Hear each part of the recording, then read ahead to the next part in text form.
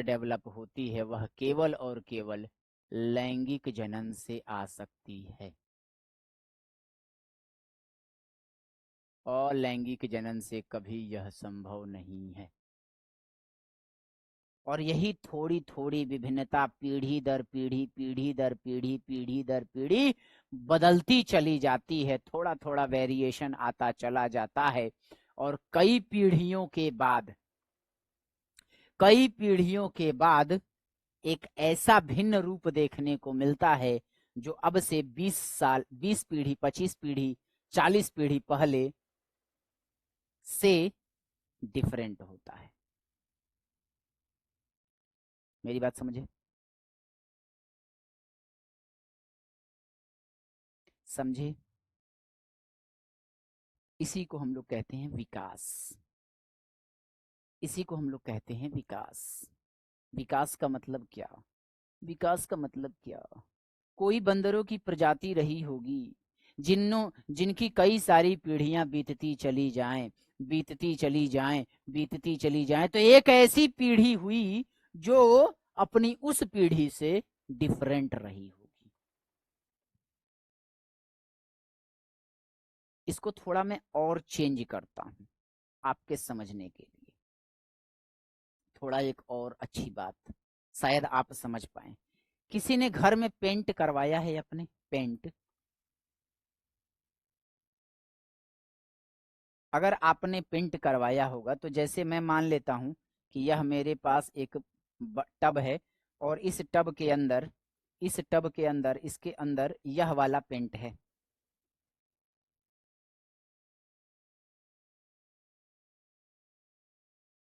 एक टब यह है मेरे पास, एक टब यह है मेरे पास, और इस टब के अंदर यह वाला पेंट है, और इसमें थोड़ा सा मैंने इतना सा केवल सफेद वाला पेंट मिला दिया, तो इसका जो नया पेंट बनेगा वो कुछ ऐसा बनेगा। मानते हो कि नहीं? इस नीले वाले पेंट में मैंने थोड़ा सा इसको मिला दिया, थोड़ा सा, तो ये वाला पेंट बनेगा। पक्का? अब मैं तुमसे ये कहूं कि इस पेंट में मैं थोड़ा सा अब येलो वाला मिला दूं, इस वाले में थोड़ा सा येलो मिला दूं, तो तुम कहेगा कि यह कुछ कैसा बनेगा सर? आपको मैं दिखाना चाहूंगा। थोड़ा सा येलो मिलाना है मुझे।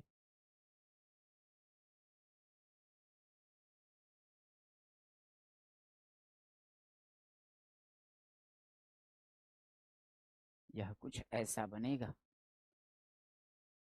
अगर आप समझ पा रहे हो मेरी बात को तो थोड़ा सा मैंने इसमें येलो की मिक्सिंग किया हूं, थोड़ा सा येलो मिलाया मैंने। भाई इन दोनों के गुण आप ऐसे समझो, ये दादा हैं, ये दादी हैं, दादा और दादी के गुणों से मिलके कोई नया आया। अब इस व्यक्ति का ब्याह किसी दूसरे से हुआ, इन दोनों से एक नया वाला आया, फिर इसका ब्याह किसी दूसरे से करा दो। मैंने माना इसका ब्याह अब पिंकिया से हो रहा है, तो पिंकिया का और पिंटुआ का जो बेबी का कलर होगा वो कुछ कैसा होगा? वह कुछ अब इधर आ जाएगा।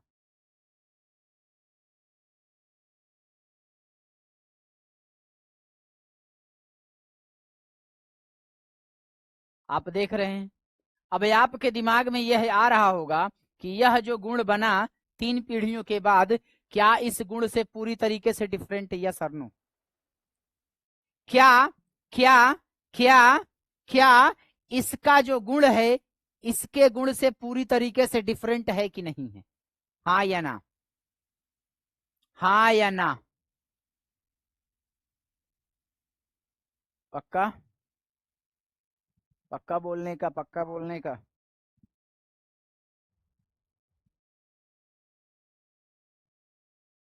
डिफरेंट है।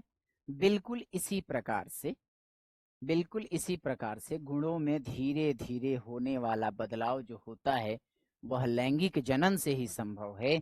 और लैंगिक जनन में गुणों का क्या होता है? मिक्सिंग होता है, दो गुण मिलते हैं इस प्रकार से, और एक नया गुण डेवलप होता है। ठीक है साहब, समझ गया, ये समझ गया, ये समझ गया। अब एक और बात आपको बताता हूँ, एक और बात आपको बताता हूँ, ध्यान से उसको भी सुनना। आपने लोगों को लड़ते हुए देखा होगा, गाली गलौज करते हुए देखा होगा, तुमको इतना मारेंगे कि तुम्हारी 7 पीढ़ियां भी तुमको नहीं बचा पाएंगी। आया नंबर किसका? 7 पीढ़ी का। आपने सुना है कि नहीं सुना? पहले यह बात बताओ, 7 पीढ़ी के बारे में सुना कि नहीं सुना? लोग कहते हैं कि तुमको इतना मारूंगा कि तुम्हारा 7 पीढ़ी तुमको नहीं बचा सकता। सुने हो? नहीं सुने? सुने हो? अच्छा, 7 ही लोग क्यों बोलते हैं? वो लोग क्यों नहीं बोल देते कि 6 पीढ़ी? वो लोग क्यों नहीं बोल देते कि 8 पीढ़ी? भाई बोलना ये तो कुछ भी बोल दो, लेकिन लोग 7 ही पीढ़ी क्यों बोलते हैं? कभी आपने सोचा? कभी आपने सोचा इस चीज को कि 7 ही क्यों बोला जाता है? आप कहोगे नहीं, लेकिन कुछ तो होगा, तभी सर बता रहे हैं। कुछ तो है, कुछ तो है, कुछ तो है। आओ दिखाते हैं तुमको और सिखा देते हैं। अब कोई बोलेगा 7 पीढ़ी तो कहना ओ यहां से बोल रहा है।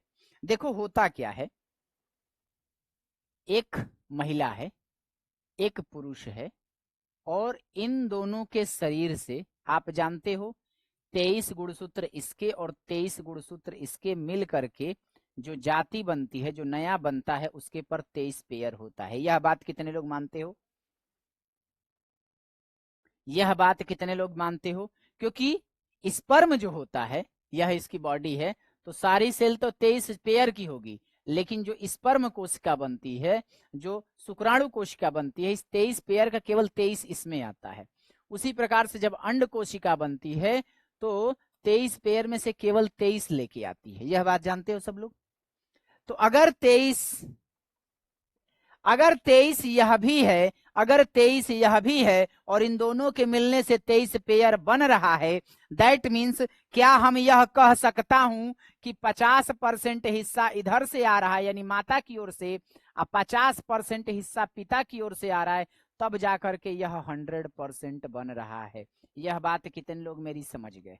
डन लिखो तब मानेंगे, डन लिखो तब मारेंगे, जल्दी से done done done done done.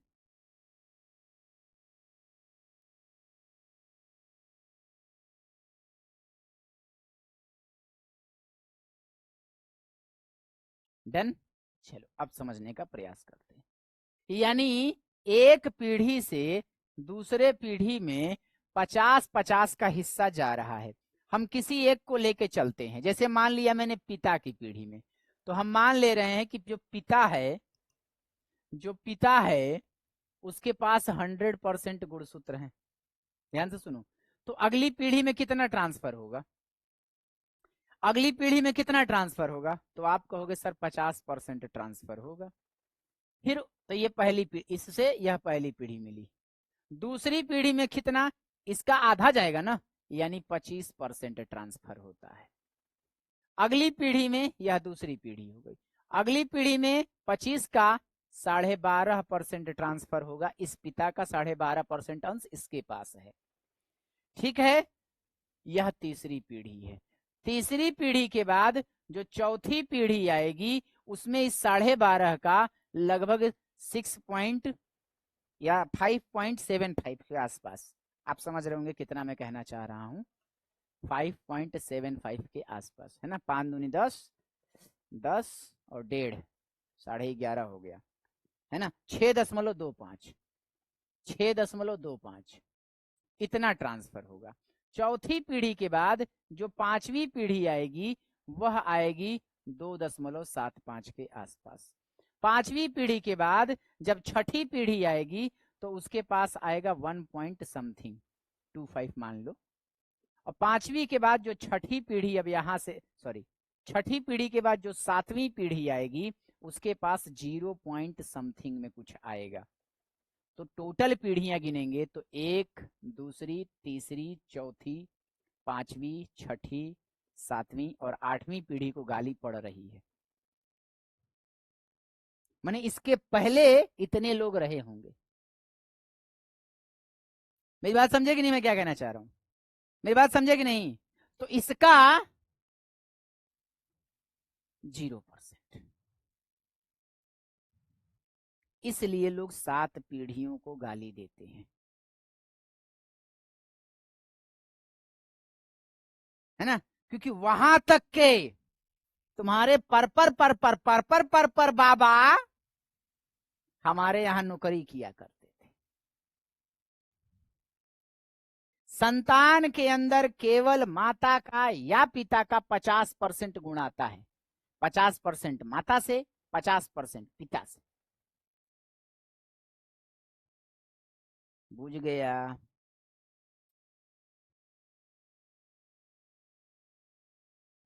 चल आगे बढ़ते हैं। ये एक कॉन्सेप्ट था जो इंटरेस्टिंग था, तो मैंने आपको सोचा कि बता दूं ताकि आपको लगे कि हाँ अच्छा है, अच्छा है, अच्छा है। ए टिंकू कुमार, एक तो तुम्हारा है पल पल न माने टिंकू जिया, टिंकू जिया। तुम जो कर रहा है, इश्क का मंजन घिसे है पिया। होए! कुछ तो शर्म कर ले भाई। कुछ तो शर्म कर ले, नहीं तो हो जाएगा Tinku Jiya. Oh my god, what what you mean. चलो भैया आगे बढ़ते हैं। अब हम लोग बात करते हैं जेनेटिक्स के बारे में, कि जो जेनेटिक्स के बारे में बताया गया था वह सबसे पहले किसके द्वारा बताया गया था? बताया तो बहुतों ने था, लेकिन प्रमाण के साथ जिसने बताया उसको फादर बोला जाता है। और बोला गया कि फादर ऑफ जेनेटिक्स किसे कहते हैं? फादर ऑफ जेनेटिक्स किसे कहते हैं? तो एक विद्वान का नाम लीजिएगा, Gregor John, Gregor John Mendel. Gregor John, Gregor John Mendel, Gregor John Mendel, Gregor John Mendel. सबसे अच्छी तरीके से इसका एक्सप्लेनेशन दिया उन्होंने, ग्रेगर जॉन मेंडल साहब ने। और ग्रेगर जॉन मेंडल को ही फादर ऑफ जेनेटिक्स के नाम से जाना जाता है। इसकी बात हम लोग करें, ठीक है? दूसरी बात कि ग्रेगर जॉन मेंडल ने जब अपनी बात रखी, उस समय इनकी बातों को किसी ने ध्यान नहीं दिया। उस समय इनकी बातों पे किसी ने ध्यान नहीं दिया, ठीक है? तब अच्छा, इन्होंने जो एक्सपेरिमेंट किया अपना, वह एक्सपेरिमेंट इन्होंने मटर के पौधे पर किया।